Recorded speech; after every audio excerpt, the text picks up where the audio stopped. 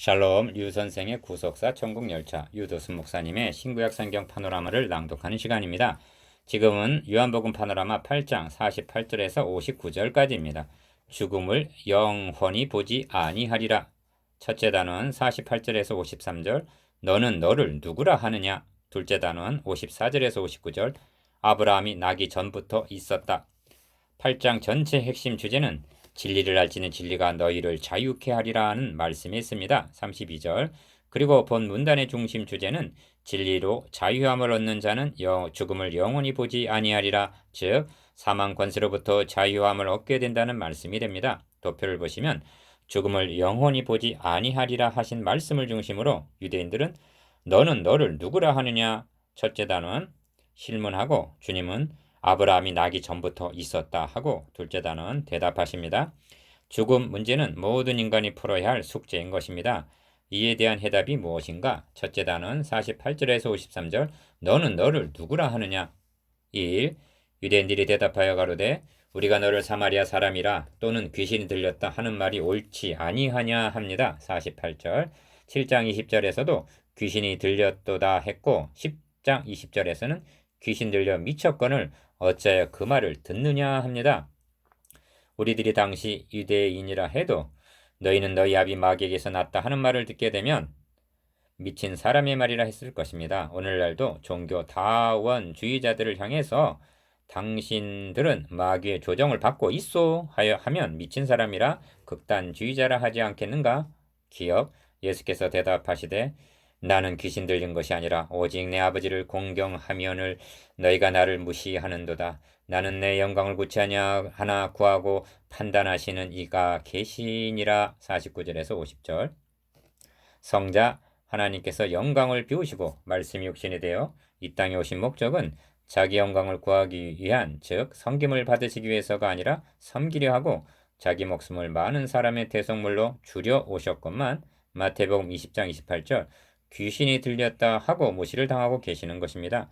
참으로 답답하고 안타까운 일입니다. 그래서 판단하시는 이가 계시니라 하고 하나님 아버지께 의탁을 합니다. 판단하시는 이라는 말씀에는 마지막에 알리라는 종말적인 의미도 내포되어 있는 것입니다.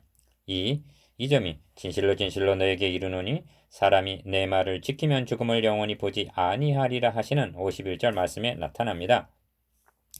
주님의 13번째 진실로 진실로는 믿는 자는 죽음을 영원히 보지 아니하리라는 말씀과 함께 주어졌습니다. 11장 26절에서도 나를 믿는 자는 영원히 죽지 아니하리니 하십니다. 영원히 죽지 아니하리라는 말씀은 말할 것도 없이 육신이 영원히 죽지 아니한다는 뜻이 아닙니다. 3장 3절에서 말씀하신 거듭난 생명은 영원히 죽지 아니할 영원한 생명이라는 말씀입니다. 이처럼 말하는 사람은 이때까지 없었나이다. 7장 46절 기억 유대인들이 가로되 지금 너가 귀신 들린 줄을 아노라. 아브라함과 선지자들도 죽었거늘 너의 말은 사람이 내 말을 지키면 죽음을 영원히 맛보지 아니하리라 하니 너는 이미 죽은 우리 조상 아브라함보다 크냐? 또 선지자들도 죽었거늘 너는 너를 누구라 하느냐 합니다. 52절에서 53절 요한복음의 기록 목적 중 하나가 너는 너를 누구라 하느냐에 대한 증거를 하기 위한 것입니다. 예수님은 저들의 말대로 귀신이 들린 자이거나 아니면 주님의 말씀대로 하나님의 아들이시거나 둘 중에 하나인 것입니다. 그런데 니고데모는 당신은 하나님께로서 오신 선생인 줄 아나이다. 하나님이 함께 하시지 아니하시면 당신의 행하시는 이 표적을 아무라도 할 수 없음이니이다. 3장 2절 말하고 있지 않는가? 그렇습니다. 물이 변화의 포도주가 되게 하시고 38년 된 병자를 말씀 한마디로 일으키시는 분 9장에서는 나면서 소경된 자를 보게 하시고 11장에서는 죽은 지 나흘이나 되는 나사로를 살리신 분을 정신 창난증에 걸린 사람이라고 말할 수가 있단 말인가? 그런 분이 너희는 너희 아비 마귀에게서 났다. 44절 즉 너희는 지금 사탄의 조정을 받고 있다고 경고하시면서 사람이 내 말을 지키면 죽음을 영원히 보지 아니하리라 하신다면 51절 그 말씀을 심각하게 받아야 마땅하지 않겠는가? 저들만이 아닙니다. 저는 현대께 설교자들이 두 가지를 잊고 있거나 믿지 않고 있는 것이란 생각이 듭니다. 첫째는 예수가 누군가 하는 점이고 둘째는 그런 분이 우리에게 무엇을 행해 주셨는가 하는 점입니다. 이를 진정으로 알고 믿고 고백하는 설교자라면 사도 바울처럼 예수 그리스도와 그의 십자가에 못 박히신 것 외에는 아무것도 알지 아니하기로 작정하게 될 것이 아니겠는가? 고린도전서 2장 2절. 왜냐하면 이것이 복음이요 여기에 성도들의 사활이 걸려 있기 때문입니다. 둘째 단은 54절에서 59절. 아브라함이 나기 전부터 있었다. 3. 예수께서 대답하시되 내가 내게 영광을 돌리면 내 영광이 아무것도 아니오니와 내게 영광을 돌리시는 이는 내 아버지시니 곧 너희가 너희 하나님이라 칭하는 그이시라. 54절. 여기 현대교회가 비상하게 고민해야 할 점이 있는데 곧 너희가 너희 하나님이라 칭하는 그이시라는 말씀입니다.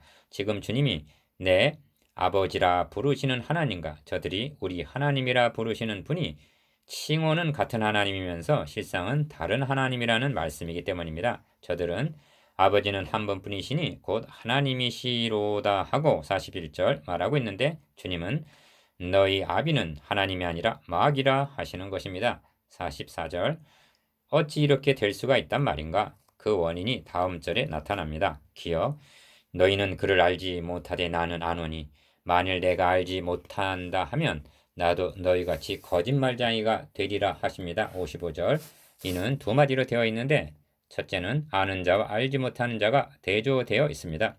알지 못하면서 하나님 아버지 한다면 동명이인과 같은 자신들이 만든 하나님이 될 수가 있다는 것입니다. 그런데 하나님을 알 수 있는 것은 계시 곧 성경을 통해서 뿐인데 저희가 성경에서 영생을 얻는 줄 생각하고 성경을 상고하면서도 성경이 내게 대하여 증거하는 것이로다 하신 5장 39절 그리스도를 배척하고 있다는 것은 알지 못하는 것을 예배하고 있다는 4장 22절 증거라는 말씀입니다. 둘째로 주님은 저들을 가리켜 거짓말쟁이라고 말씀하시는데 이는 일반적인 거짓말을 가리키는 것이 아니라 거짓 선지자, 거짓 선생을 염두에 두고 하신 말씀입니다. 거짓말쟁이라는 말을 구속사라는 맥락에서 보면 특별히 예루살렘의 멸망과 연관이 있습니다. 몇 가지 예를 들면 이는 그들이 가장 작은 자로부터 큰 자까지 다 탐남하며 선지자로부터 제사장까지 다 거짓을 행함이라. 그들이 내 백성의 상처를 심상히 고쳐주며 말하기를 평강하다 평강하다 하나 평강이 없도다. 예레미야 6장 13절에서 14절. 이 땡에 기괴하고 놀라운 일이도다. 선지자들은 거짓을 예언하며 제사장들은 자기 권력으로 다스리며 내 백성은 그것을 좋게 여기니 그 결국에는 너희가 어찌 하려느냐. 예레미야 5장 30절에서 31절. 어찌 하려느냐. 그러다가 멸망을 당한 것입니다. 너희가 두어 움큼 보리와 두어 조각 떡을 위하여 나를 내 백성 가운데서 욕되게 하여 거짓말을 고지 듣는 내 백성에게 너희가 거짓말을 지어서 죽지 아니할 영혼을 죽이고 살지 못하는 영혼을 살리는도다 하십니다. 에스겔 13장 19절. 이 악순환이 화 있을진저 너희 율법사여 너희가 지식의 열쇠를 가져가고 너희도 들어가지 않고 또 들어가고자 하는 자도 막았느니라. 누가복음 11장 52절. 그 결국에는 너희가 어찌 하려느냐. 그러다가 또다시 로마에 의해서 멸망을 당한 것입니다. 이 경계가 현대교회와는 무관하다 할 수가 있단 말인가? 주님께서는 거짓 그리스도들과 거짓 선지자가 일어나 큰 표적과 기사를 보여 할 수만 있다면 택하신 자들도 미혹하리라. 보라 내가 너희에게 미리 말하였노라 하고 경고하셨습니다. 마태복음 24장 24절에서 25절. 거짓 선지자와 참 선지자에 대한 시금석이 무엇인가? 진리의 말씀을 바르게 선포하느냐 여부에 있다는 점을 명심해야만 하겠습니다. 이 점을 사도 바울은 디모데에게 너가 진리의 말씀을 옳게 분별하며 부끄러울 것이 없는 일꾼으로 인정된 자로 자신을 하나님 앞에 드리기를 힘쓰라 하고 경계합니다. 디모데후서 2장 15절. 너희 조상 아브라함은 나이 때 볼 것을 즐거워하다가 보고 기뻐하였느니라 하십니다. 56절. 이 말을 듣는 유대인들이 얼마나 황당한 말로 여겼을 것인가? 그래서 유대인들이 가로되 너가 아직 50도 못 되었는데 아브라함을 보았느냐 했던 것입니다. 57절. 예수께서 가라사대 진실로 진실로 너에게 이르노니 아브라함이 나기 전부터 내가 있느니라 하시니. 58절. 주님의 14번째 진실로 진실로는 아브라함이 나기 전부터 내가 있느니라는 말씀과 함께 주어졌습니다. 참으로 그 사람이 말하는 것처럼 말한 사람은 이때까지 없었나이다. 7장 46절. 예수 그리스도는 이러한 분이십니다. 본래 하나님을 본 사람이 없으되 아버지 품속에 있는 독생하신 하나님이 나타내셨느니라. 1장 18절. 예수 그리스도께서는 아브라함이 나기 전부터 계신 분이십니다. 이것이 진실이라면 아브라함이 나이 때 볼 것을 즐거워하다가 보고 기뻐하였다는 말씀도 진실인 것입니다. 창세기 15장 6절에서 아브라함이 하나님을 믿으니 여호와께서 이를 그의 의로 여기시고 합니다. 이 점을 사도 바울은 하나님이 이방을 믿음으로 말미암아 의로 정하실 것을 성경이 미리 알고 먼저 아브라함에게 복음을 전했다 하고 말씀합니다. 갈라디아서 3장 8절. 아브라함이 하나님께 들은 말씀은 복음이었던 것입니다. 그러므로 문자적으로는 나타나지 않으나 복음이라는 표현 속에 기뻐하고 즐거워했다는 의미가 내포되어 있는 것입니다. 또한 이삭이 번제할 어린 양이 어디 있나이까 하고 물었을 때에도 아브라함은 아들아, 번제할 어린 양은 하나님이 자기를 위하여 친히 준비하시리라 하고 대답을 했습니다. 창세기 22장 7절 8절. 이를 신약성경에서는 하나님이 제사와 예물을 원치 아니하시고 오직 나를 위하여 한 몸을 예비하셨도다 하고 말씀합니다. 히브리서 10장 5절. 이를 구속사라는 지평으로 바라본다면 아브라함은 사랑하는 독자 이삭을 번제로 드리려던 모리아산에서 저 멀리 하나님의 독생자가 대속 제물로 드려지는 갈보리 십자가를 바라보았다는 것이 되는 것입니다. 예수님은 4대 성현 중의 한 분이 아니십니다. 사람이 내 말을 지키면 죽음을 영원히 보지 아니하리라. 아브라함이 나기 전부터 내가 있느니라. 이 말씀이 성현의 말입니까? 성현들은 이런 말을 하지 않았습니다. 그분은 유대인들의 말처럼 귀신 들린 과대망상에 사로잡힌 사람이거나 아니면 주님의 말씀대로 하나님의 아들 그리스도이시든지 둘 중에 하나이십니다. 영광스러움으로 가득한 8장은 이렇게 끝나고 있습니다. 기억. 저희가 돌을 들어 치려거늘 예수께서 숨어 성전에서 나가시니라. 59절. 간음 중에 잡힌 여인을 치려던 돌은 결국 하나님의 아들 그리스도를 치는데 사용되게 되었습니다. 여인이 받아야 할 정죄를 주님께서 대신 받으시고 여인이 죽어야 할 죽음을 주님께서 대신 죽으시는 것입니다. 또한 8장은 간음 중에 잡힌 여인은 용서받고 자유함을 얻었으나 돌로 치려던 유대인들이 죄의 종이요 마귀의 자식이라는 점이 드러난 장입니다. 유대인들은 주님을 향해 너가 누구냐 25절, 너는 너를 누구라 하느냐 하고 53절 묻고 있습니다. 여러분 그분이 누구인지 확신하게 되었습니까? 그리고 그분 앞에 자신이 누구인지 아셨습니까? 묵상해 봅시다. 1.